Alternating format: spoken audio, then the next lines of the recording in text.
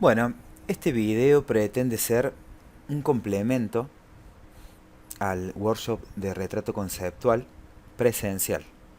¿Sí? De ninguna manera puede ser considerado este complemento como una única clase, porque hay muchísimas cosas que no se ven acá y que sí se ven en el taller presencial.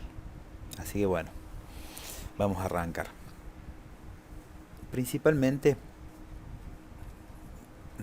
antes de definir lo que es un retrato conceptual, tendremos que definir qué es un retrato, para después poder definir qué es un retrato conceptual. El retrato no es ni más ni menos que una representación de una persona. Esta representación puede limitarse a documentar el aspecto físico de la persona, o ir un poquito más allá y tratar de expresar su carácter, ideales, moralidad, etc. Esta representación puede ser en pintura, escultura, fotografía. Pero bueno, en esta clase puntualmente nos vamos a ocupar del retrato fotográfico conceptual. Entonces, sabiendo lo que es un retrato, podemos decir que un retrato conceptual no es ni más ni menos que una representación de un concepto a través de un retrato. ¿Y a qué me refiero con esto de la interpretación de una representación de un concepto? No es ni más ni menos que plasmar una idea. Puede ser una representación meramente artística, es decir, sin que haya en el medio alguna emoción o algo que lo ligue muy fuertemente a la persona que lo está retratado, sino simplemente con la intención de hacer arte. Se puede, por ejemplo, luquear a una modelo de bruja black, y eso ya es un retrato conceptual.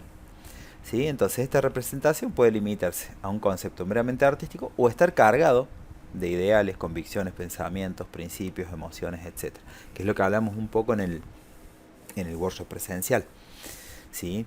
La recomendación siempre es ir por eso que nos genera a nosotros, que nos mueve, que nos genera una emoción fuerte,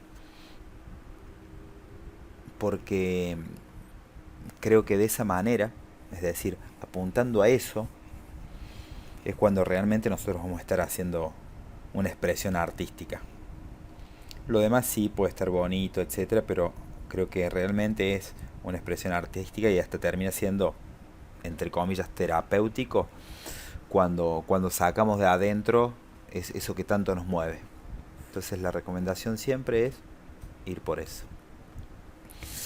¿Qué hay que considerar a la hora de hacer una fotografía de retrato conceptual? Como habíamos visto, hay muchísimos, en realidad no muchos, hay algunos aspectos, pero que bueno, que a su vez se desprenden de ahí muchas consideraciones.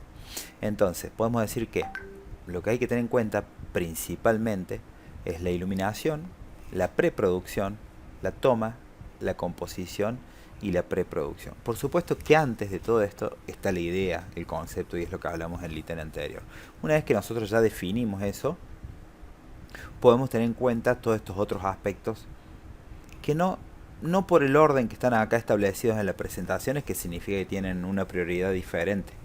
¿Sí? Son todos iguales de importante. Creo que una vez que nosotros establecemos la idea y desarrollamos la idea, ahí ya tenemos prácticamente resuelto en gran medida el retrato conceptual. Como habíamos visto en el workshop, por ahí, si uno quisiese hablar de números, y bueno, un 40% es la idea, un 20% es la toma y otro 40% es la postproducción, perdón. Pero bueno, tenemos que tener en cuenta que dentro de la idea se desprende también lo que es la preproducción, la composición, etcétera. Entonces, la base de toda fotografía es la luz. Y acá les voy a ampliar un poquito, si bien el workshop fue de retrato, de fotografía, de retrato conceptual en exteriores, vamos a ampliar este ítem como para complementarlo, perdón, como para complementarlo un poquito mejor. Se me salió el micrófono. Entonces, la luz elegida nos va a determinar la estética general del retrato. Según lo que queremos transmitir, será la iluminación que vamos a utilizar. Entonces, podemos optar por luz natural, y en este caso puede haber sol, nubes, o que haya sol y lo trabajamos a la sombra. En luz artificial podemos trabajar con luz continua, o con flashes. Y también en este aspecto podemos variar la cantidad de fuentes de luz que utilizamos, la calidad de la luz que usamos, la dirección, el color, etcétera. Hay muchos aspectos que podemos tener en cuenta a la hora de elegir nuestra fuente de luz. Fíjense en esta fotografía donde prácticamente el fondo es blanco y hay tonos muy claros, y esta pequeña está mirándose al espejo y se está sonriendo. Básicamente se elige este tipo de iluminación porque queremos acompañar esa transmisión de emociones positivas que nos está dando por ahí esa mirada inocente, esa sonrisa, etc. Entonces utilizamos una luz clara. Siempre que utilicemos, una luz clara, no, una iluminación clara, en donde tenemos, donde prevalece por ahí las altas luces y los blancos, lo que vendría a llamarse una clave alta. Siempre que trabajemos con este tipo de iluminación, vamos a estar potenciando todo lo que son emociones positivas. Llámese felicidad, llámese euforia, inocencia, ternura, todo lo que a nosotros nos genera algo positivo. También hay que hacer un paréntesis aquí y tener en cuenta que, no es que sea determinante que si yo una foto hago una clave alta, sí o sí va a transmitir algo positivo, porque forma parte de, ¿sí? No es que sea determinante. Pero bueno, en este caso se buscó acompañar eso. En este otro caso, todo lo contrario. Ella está mirando, es la misma modelo. Ella está mirando hacia abajo, como lamentándose o recordando algo. Simplemente tiene una luz de despegue que contornea el rostro. Prevalecen acá los negros, las sombras, y no las altas luces o los blancos. Entonces acá lo que buscamos es potenciar esa emocionalidad negativa. Que negativa puede ser simplemente melancolía, tristeza, enojo, ira, etc. Pero fíjense cómo cambia. Con la misma modelo, en el mismo momento, se puede hacer esto o esto. Y principalmente la luz lo que hace es potenciar ese concepto que nosotros queremos transmitir. Por ejemplo acá, esto es un fotomontaje. No es que se tomó así en exteriores, se tomó en estudio. Pero bueno, claramente lo que se intenta transmitir con esto, colores, contrastes, etc. Se trabaja con una iluminación. Si ustedes ven la sombra proyectada en el cuello, por ejemplo, es una luz dura, ¿sí? Se trabaja con esa luz, un poco haciendo alusión a la luz natural, sabiendo que después sí va a tener que hacer un fotomontaje. Acá, por ejemplo, se utiliza un concepto de clave baja que transmite por ahí misterio. Acá se utilizan dos fuentes de luz, principalmente, que es una luz relativamente suave, ¿sí? Suave en el aspecto que no tiene una sombra definida por una línea, sino que es una zona de transición entre luces y sombras. Bien, acá lo que se busca es simplemente una imagen publicitaria, con lo cual se busca algo homogéneo, un fondo claro, una luz pareja, envolvente, porque no pretendemos generar un dramatismo a través de esta imagen, sino simplemente que este artista venda su disco, por ejemplo. Esto era para una puerta de un teatro. Bueno, acá todo lo contrario, ¿no es cierto? Mucho contraste, una luz muy intensa, unas sombras bien delimitadas y sobre todo acompañando ese concepto terrorífico del payaso sangriento. Bien, Fíjense en esta fotografía, ya estamos trabajando en exterior. Y cómo generamos, esta es una fotografía que está 100% quemada, no 100%, pero está muy quemada. Y a través, bueno, de la edición se logró recuperar, porque me gustaba mucho cómo había salido ella. Pero principalmente lo que les quería mostrar es cómo todo alrededor de su cuerpo está generado este halo de luz, que es una luz de despegue que se consigue con un sol a contraluz, que ahora vamos a ver. Bueno, clave baja, fíjense que no necesariamente una iluminación con clave baja tiene que mostrar algo negativo o expresar algo negativo, sino que simplemente puede acompañar alguna idea o algún concepto que nosotros tengamos. Nada más, son diferentes posibilidades que tenemos con la luz.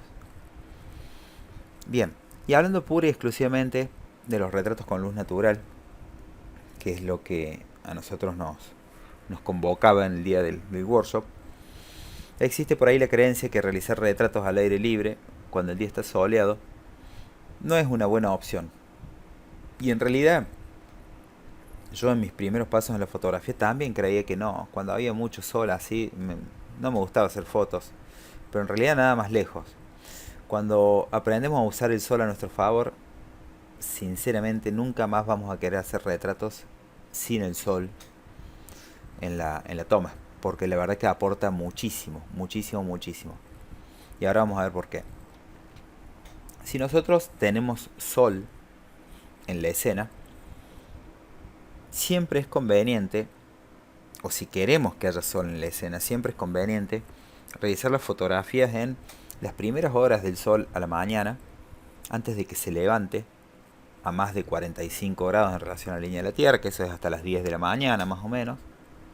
O bien, ya cuando está cayendo, tipo 5 y media, 6 de la tarde, que empieza a caer, que se pone por detrás, más o menos, una línea de 45 grados.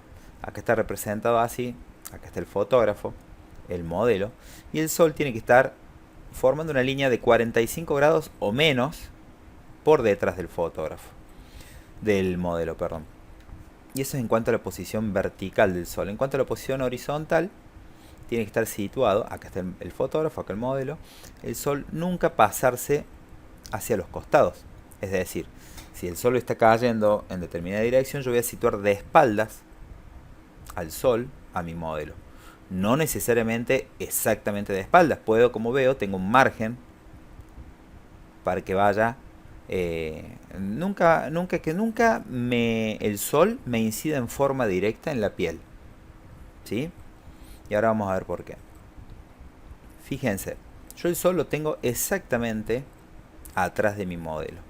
Sin embargo, fíjense que yo a mi modelo la estoy poniendo por delante de un fondo oscuro, que es esta pared, pueden ser los árboles, etc.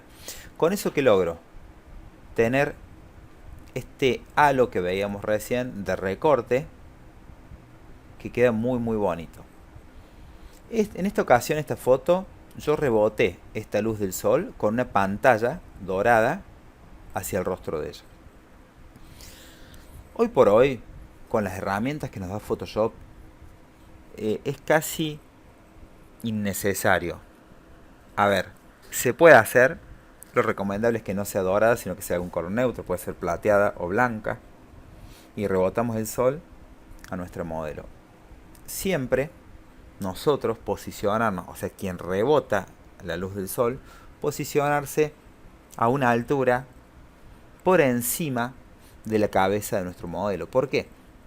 Porque al nosotros rebotar esa luz vamos a estar proyectando sombras en su rostro, y esas sombras sería conveniente que sean proyectadas hacia abajo y no hacia arriba. Hay por ahí una costumbre errada de que quien rebota el sol pone la pantalla prácticamente en el suelo, entonces esa luz va hacia arriba y genera una proyección de sombras hacia arriba y no queda muy bueno. No es natural. Pero bueno, volvemos a lo mismo. La idea de este taller era aprender a hacer fotografía solamente con la cámara. Entonces, esta pantalla, como habrán visto, no lo usamos. Y después con Photoshop nosotros podemos recuperar luz en nuestro modelo. Solo que con la pantalla tenemos la ventaja de que ya en la toma directamente podemos subexponer un poco el fondo porque tenemos más luz sobre el modelo. Acá el mismo caso. Fíjense cómo yo a ella la sitúo sobre esta pared para poder tener y ver ese halo de despegue. Porque si yo la pongo a ella acá, no se ve nada. ¿Sí? La idea es que se vea ese halo de despegue. Acá similar. Fíjense como en este caso, yo tengo ese halo de despegue, pero acá en toda esta zona que está más iluminada del cielo ya lo pierdo, no se ve. Entonces, bueno, eso es lo que tienen que tener en cuenta a la hora de ponerse con el sol atrás, de que nuestro modelo esté por delante de un fondo oscuro, para que esto haga contraste y se pueda ver. En este caso tenemos sol directo, es decir, no tenemos nubes, no tenemos sombra, y era un horario entre las 11 de la mañana y las 4 de la tarde, que es el peor horario para hacer fotografías. Entonces, ¿qué se hizo? Se puso una pantalla 5 en 1, pero en lugar de rebotar, se filtró a través de ella la luz del sol. Se le puso un tipo paraguas, digamos. Fíjense que acá está proyectada la sombra de la pantalla. Entonces, entre el sol y ella hay una pantalla que filtra la luz. El sol pasa a través de esa pantalla y me genera una iluminación súper suave. Que si yo no hubiese tenido esa pantalla, en ese horario se hubiese complicado para hacer fotos. El tema de la preproducción, como ya lo hablamos en detalle en el workshop presencial, lo vamos a pasar así rapidito, pero recordemos el tema del make-up, del peinado, los accesorios, todos los props son muy importantes, la vestimenta es algo crucial, como lo habrán notado, hacer una vestimenta de calidad realmente suma muchísimo a la fotografía y por ahí hasta nos salva de alguna situación en donde, por ejemplo, no sé, yo no tengo mucha experiencia, pero se trabajó mucho en la preproducción, entonces, bueno, con hacer una foto en foco y medianamente bien iluminada y digamos que puede llegar a andar, ¿sí? No estoy diciendo que una cosa invalida la otra, solamente que el hecho de tener una muy buena preproducción ayuda muchísimo a la hora de la toma. Y bueno, después lo que habíamos visto también sobre el manejo de la modelo y el tema del entorno, de elegir, ¿no es cierto?, si es un lugar urbano, natural, etcétera. No lo voy a desarrollar porque ya lo habíamos visto bien en detalle. Esto es solamente para complementar lo que nos había faltado, que era el tema de iluminación.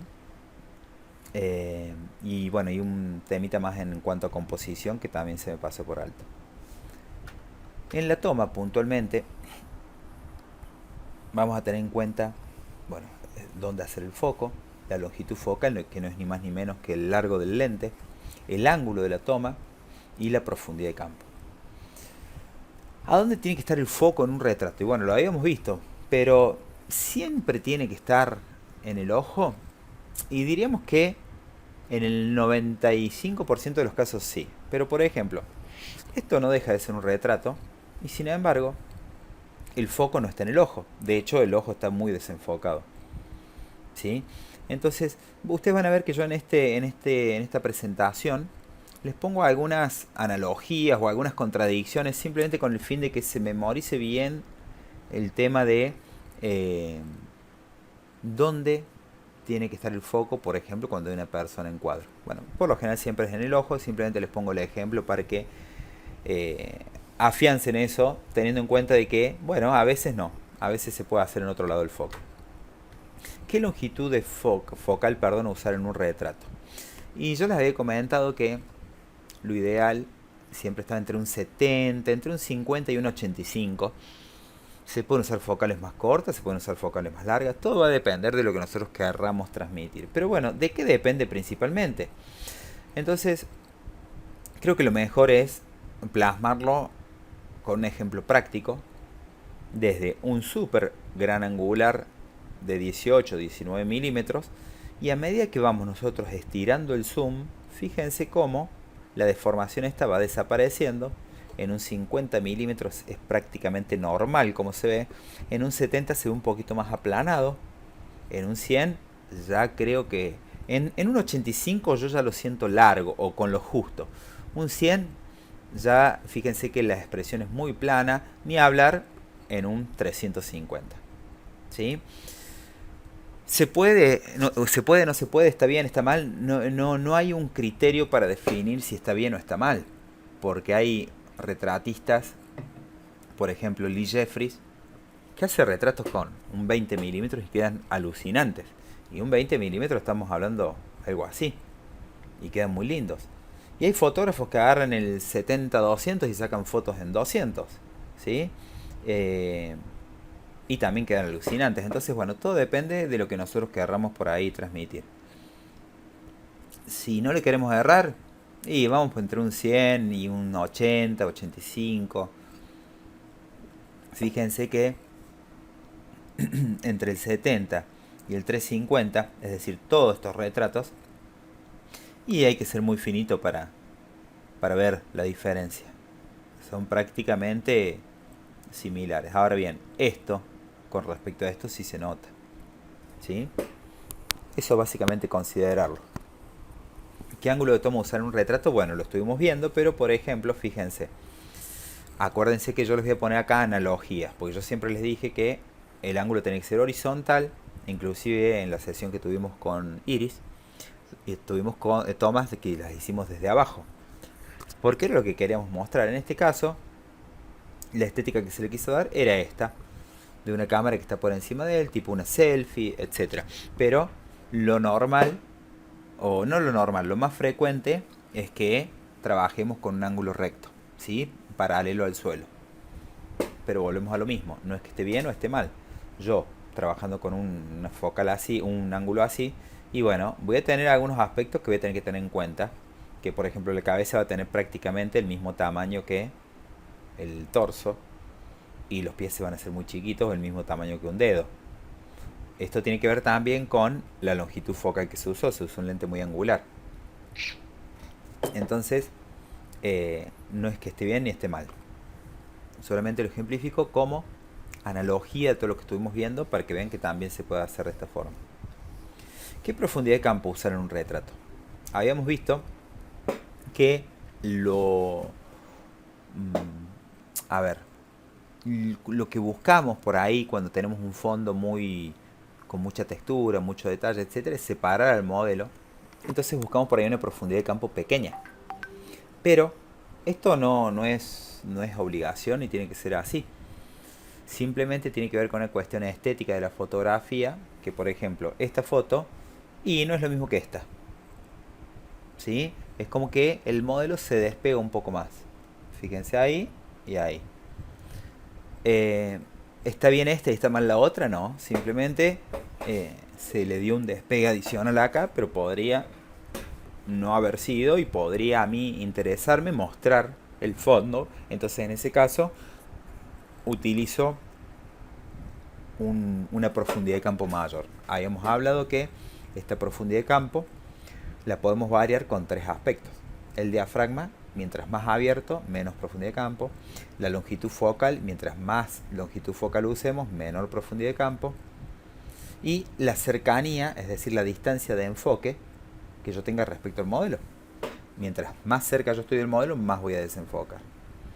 Y habíamos visto un cuarto aspecto que en realidad no me modifica la profundidad de campo, pero sí puedo tenerlo en cuenta para que el fondo, por ejemplo, ingrese dentro de mi profundidad de campo o no. Entonces yo puedo tener el recurso de alejar el modelo del fondo para que el fondo me salga más desenfocado. Bien, y ahora viene como lo más interesante, que tiene que ver con la composición. Habíamos visto el encuadre, habíamos visto la regla de los tercios y se nos había pasado por alto el tema de la ley de la mirada. Creo que la mencionamos, pero no lo vimos cuando estuvimos en la charla teórica. Entonces quería agregar eso también a esta clase. El encuadre, bueno, hay que definir horizontal y vertical y va a depender de lo que nosotros querramos meter en la fotografía. Y no hay una norma que un retrato tiene que ser vertical o horizontal. Eso lo vamos a elegir de acuerdo a cómo sea nuestra toma. Después, los tipos de retrato, habíamos visto que un plano general es donde aparece el cuerpo entero. ¿Sí? Sería en este caso. Volvemos plano general, no se le recorta ninguna parte al modelo. Después el plano americano, que hay un recorte por encima de las rodillas. lo mismo acá. Plano medio de la cintura hacia arriba. Plano de busto, justamente de la línea del busto hacia arriba. Primer plano, que es de los hombros hacia arriba. Y primerísimo primer plano, que es solamente el rostro. Y después tenemos también el plano detalle, que es donde mostramos nosotros alguna parte puntual que no necesariamente tiene que ser el rostro, ¿sí? En este caso lo pongo a este retrato porque si bien está el plano de busto sería, y prácticamente todo lo que no es mano está desenfocado, entonces podría ser considerado como un plano de detalle.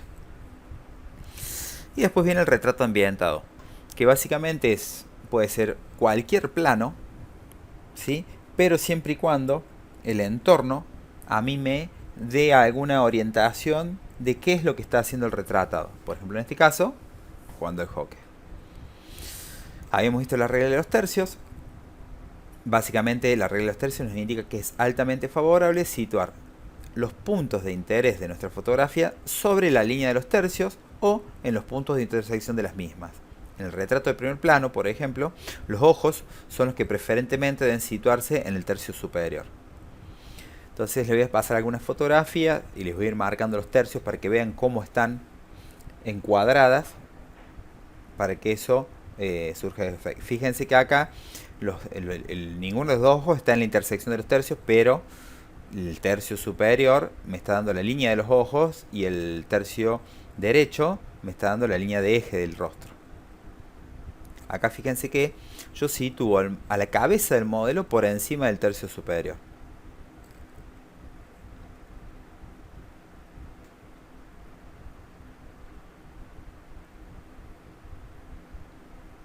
Muy bien. Y pasamos ahora sí a la ley de la mirada, que es lo que nos faltó ver en la charla que tuvimos previo al shooting. Y la ley de mirada nos dice que es altamente favorable dar aire en la fotografía hacia donde mira nuestro retratado. ¿Qué significa esto de dar aire? Permitir que la mirada haga un recorrido, ¿sí? Por ejemplo, fíjense en esta foto. Acá la modelo está mirando hacia un costado y hacia abajo. Entonces yo le tengo que dar aire hacia ese lado. Siempre voy respetando la regla de los tercios, es decir, voy sumando todas estas leyes para que el retrato quede bien compuesto. En este caso, la foto es la misma, pero sin embargo me resulta incómodo mirar esta foto porque yo le estoy cortando el recorrido de la mirada, ¿sí? Y toda esta parte de acá es como que no tiene mucho sentido. Sin embargo, yo sigo respetando la ley de los tercios, pero al fallar en la ley de la mirada no queda bien compuesta. En este caso yo le doy recorrido hacia abajo y a la izquierda, respeto la ley de los tercios, y fíjense, la misma foto yo la recorto así y me está faltando recorrido, y encima tengo este sol brillante acá, entonces es como que queda con una composición que no sirve. Bien. Después, el tema postproducción, lo habíamos visto, pero principalmente lo que vamos a tener en cuenta en la postproducción es corregir algún posible error en la toma, todo lo que tiene que ver con, no sé, sacar alguna basurita, reencuadrar, licuar, algún pelo que haya quedado cruzado por un ojo, algo que nos disguste en el mapa de bits. Una vez que nosotros hicimos eso, nos vamos a enfocar en realzar todos los volúmenes en la fotografía. Y yo acá les pongo con técnicas mixtas, porque bueno, ya cuando grabe el video de postprocesado, si bien lo vimos pero no quedó grabado, vamos a trabajar con dos técnicas para nosotros realzar los volúmenes y que una imagen pase de ser plana a tener un volumen bien marcado, que se hace con la técnica llamada Dodge and Burn o luces y sombras, que hay muchas formas de mal utilizarla, pero bueno, vamos a tratar de ver la forma correcta de usarla. Después, de ser necesario, se hace un tratamiento en las texturas de la piel. ¿Por qué digo de ser necesario? Porque hay una creencia de que todas las fotos tienen que retocarse en la piel, y en realidad no es necesario. Hay muchas pieles que no tienen sentido retocarlas. Hay muchas arrugas que le dan personalidad a la foto. Hay lunares que quedan hermosos. Hay pecas que quedan divinas. Entonces, no necesariamente hay que retocar todas las pieles, ¿sí? Se puede por ahí trabajar en algún aspecto, pero no siempre es necesario. Y después, una vez que hayamos terminado con todo esto, lo que hacemos es un tratamiento de color, respetando cierta colorimetría, cierta paleta de color que va a tener que ver con la estética que nosotros queremos dar a la foto, pero principalmente acompañando todo lo que nosotros ya hemos planificado en la preproducción, porque yo no puedo pretender utilizar una paleta de colores marrón, beige, etcétera, si utilicé verde flúor en la vestimenta. Entonces, bueno, vamos a ir como acompañando todo ese proceso en postproducción. Que eso, bueno, lo vamos a ver en detalle, por supuesto, cuando hagamos la clase de postprocesado. Cuando grabe la clase de postprocesado, porque en realidad la clase ya la hicimos. Muy bien, entonces,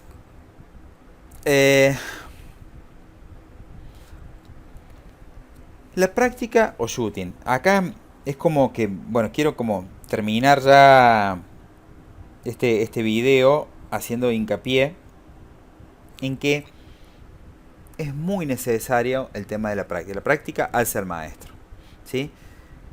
La práctica o el shooting recurrente es lo que nos va a proporcionar a nosotros las herramientas necesarias para poder evolucionar en el aprendizaje de la fotografía de retrato conceptual. Sin esto, todo habrá quedado en un lindo momento compartido. Y no solo en la fotografía de retrato conceptual, esto en todos los talleres no me canso de decirlo. O sea, no nos quedemos con ese lindo momento compartido donde hicimos fotos bonitas, etc.